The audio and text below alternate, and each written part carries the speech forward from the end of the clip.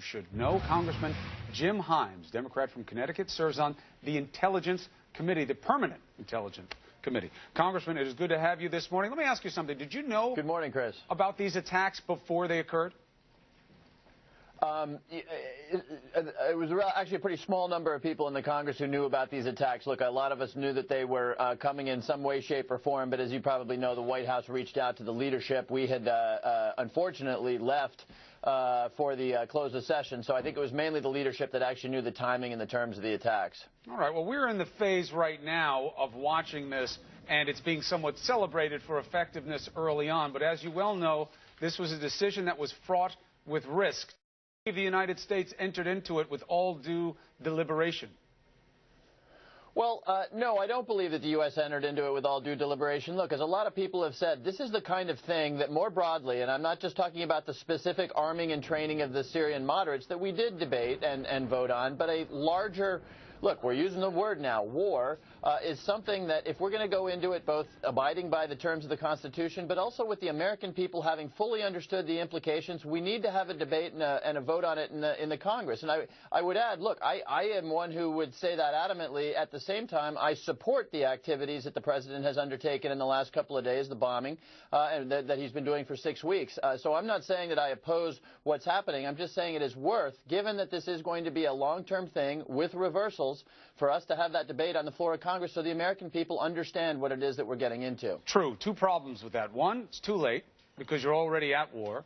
And two, even you, Congressman, who's been very open in what you disagree with some things, agree with others, that's not how it works. Everybody's got to be on the same page. You have to own the risk going forward. And that's why when you see what the UK is doing, it almost makes the United States look a little JV, doesn't it? He calls Parliament back. They're going to have a vote. They're going to debate it. They've told him no once before on bombing in Syria, but they're acting the way they do to have a unified people going into it. How could we have done this here again? Well, you know, unfortunately, one of the smaller reasons I voted against the arming of the Syrian moderate rebels was that was what the President needed from the Congress, and we just handed it to him. And that was our one piece of leverage to say, no, Mr. President, we want to have a broader discussion about what this looks like. Where are we, 12, 13 years after we first started this counterterror effort, and what should we do right now? So, yeah, look, we've traded the one piece of leverage that we had to get a full and vigorous debate on the floor of the Congress with the President. One thing I would just maybe slightly disagree with you. You said we don't all need to be on the same page, and we won't always be on the same page, but we ought to at least out the issues, have a long conversation about them, and let the people see where their representatives stand on this very, very complicated issue. Well, I think that you're right.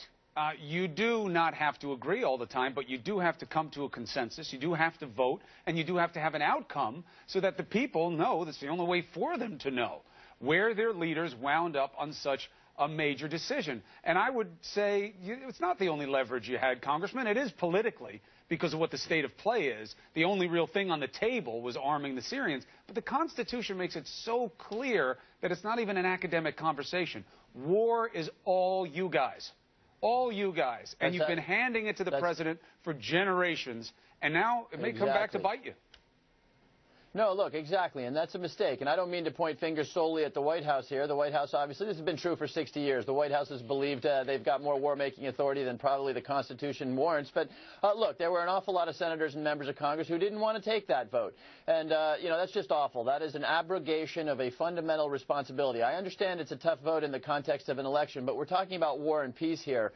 So, yeah, look, in a better world, we would not be at home right now. We would be in Washington talking about tough issues, because, again, I think most of the Congress would have completely backed the President on these airstrikes, but we would have talked more about who else is involved. We would have talked more about what are the underlying factors that are giving rise to groups like this. Frankly, the fact that some of the funding for these guys is still coming out of the very countries that flew with us in the last couple of nights. And what can we do about that? That's the broader, deeper conversation than we should be having. Instead, we had a military tactical discussion. Is it airstrikes? Is it moderate Syrian rebels?